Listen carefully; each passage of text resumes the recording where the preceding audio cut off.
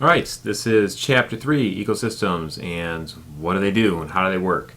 So this chapter, we're going to get into some of the kind of relationships that we have, or what a lot of things in the environment have with each other. So starting off, and the book starts off this way, so we'll talk about insects. And a lot of us have kind of an opinion of insects that they're kind of like pests and they're troublesome. But in reality, they do a lot more good for us than we actually give them credit for. So this little guy here is praying mantis is snacking on. I'm not sure what this actually is he's snacking on. But we have this relationship with insects. You have predators out there that can do a lot of good for us as far as eliminating pests. And if you didn't have this food chain, then we might be overrun with other pests that aren't quite so good. So for example, having spiders in your house. Usually I have the rule that if a spider gets too big in the house, then it's time for them to go. But in general, they do a lot more good. And the other thing to think about with insects is it's really their world. We just kind of live in it. They're very, very adaptive, and even when we try to eliminate them, given a short period of time, they usually can make adjustments through mutations and resistance to pesticides we already put out there, and in the end, they still win. So it's something we kind of have to respect. Anyways. All right, so ecology. What is ecology? It's a study of, like, if you want to view it as like one organism and its relationship to everything around it within its environment. And that's both living and non-living. So when you think of like biology, you have this, set up as far as whatever you want to study as far as what's living, but it goes a lot further down or deeper.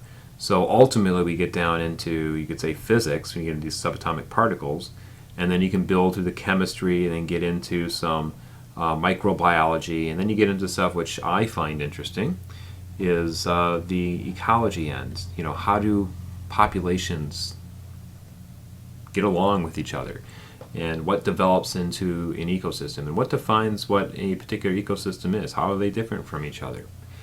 Those things are interesting. So a little breakdown as far as what are some different types of organisms, or animal kingdom, I guess, and plants and animals. Just looking at what things are alive, and you can see that out of everything, and this is including not just animals, but you have things like plants and prokaryotes, bacteria, and fungi, and other animals, things that we like to think of as higher evolved organisms. Out of all of these things, if you just look at insects in comparison, that's actually more than half as far as what has been classified or known. So that is a huge, huge group of organisms on the planet. And again, this is what's known out there. There's estimates that we still don't even know more. We know less than half of the organisms that are out there. So, okay. Okay, who runs the world? We kind of talked about this a little bit already. But it is a little surprising as far as we may think it's us, because we do have such a visual impact on the planet. But it's actually these microorganisms that have a much greater impact on the planet than us, because just their vast numbers and their abilities to evolve very, very quickly and change, these things have a longer term effect on the planet than we actually give them credit for. And we have to adjust to them. It's not so much they do adjust to us, and they do it very rapidly. We, on the other hand, don't. Okay, populations, as you can see, it's a group of interacting organisms of the same species within an area, and they will have variations. If you just think of something like dogs, I guess that's a common one we can think of. There are many varieties of dogs within the same group or population. But we can see these are all the same species, so that is a population. Okay. So life support, the biosphere. How we're looking at that is just kind of the living parts of the Earth, but we have all these other layers that kind of go into making up the biosphere. So they're kind of breaking it into what influences that. So you have the crust and the rock and the soil and the vegetation, all those things going into. So all these influence any particular location. So it's a slightly different definition than you might use in geology because it's getting into the crust and such. But the idea is what influences, what develops into that living location. Okay. Life on Earth. We have everything on the planet, that what it has available to it is interdependent upon what is available in that particular location. So something as simple as what type of light does it get? If you're talking about someplace out in the Arctic Circle, it gets very the concentration of light, if you will, at this time, the concentration of light that actually falls is going to be less intense than it is down in a desert location around the equator or in the rainforest. So that's going to influence what it has down there. As far as the nutrients, what kind of nutrients are available is also going to have a large impact on what can grow in that particular location. And gravity, that's pretty much the same everywhere on the planet. But it does have an influence as far as cycling, moving things through the system. Solar energy. There's two parts to this. Of course, we need the sun's rays to come down, part one. If we don't have that, then you don't have the producers, plants and algae and such, producing energy or producing stored energy. But the other half is you really need something to create this greenhouse effect. And that is through things such as ozone and water that get trapped into the atmosphere or lower stratosphere to keep the planet warm. And it's somewhat regulated as well. This is a nice little depiction of, we call it the United States. And it kind of gives us one coast to the other. And we can see all these different locations where different things grow throughout.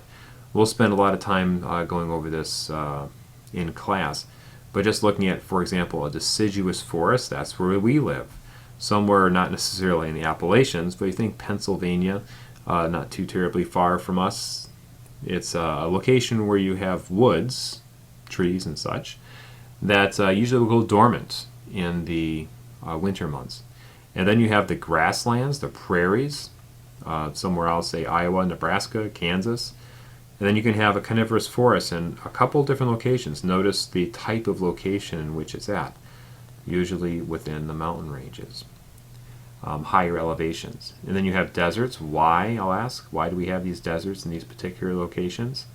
We'll talk about that in class. And then we have one which we probably never really, maybe you've heard of it, something called a chaparral, which would be a place like Los Angeles. Never really hear it called that. Maybe a scrubland. Somewhat a Mediterranean climate, but we'll mention that one in class too.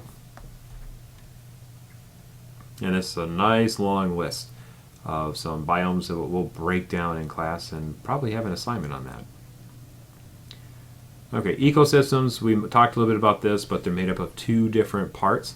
You have a living end, which is biotic, and you have a non-living section, which would be abiotic.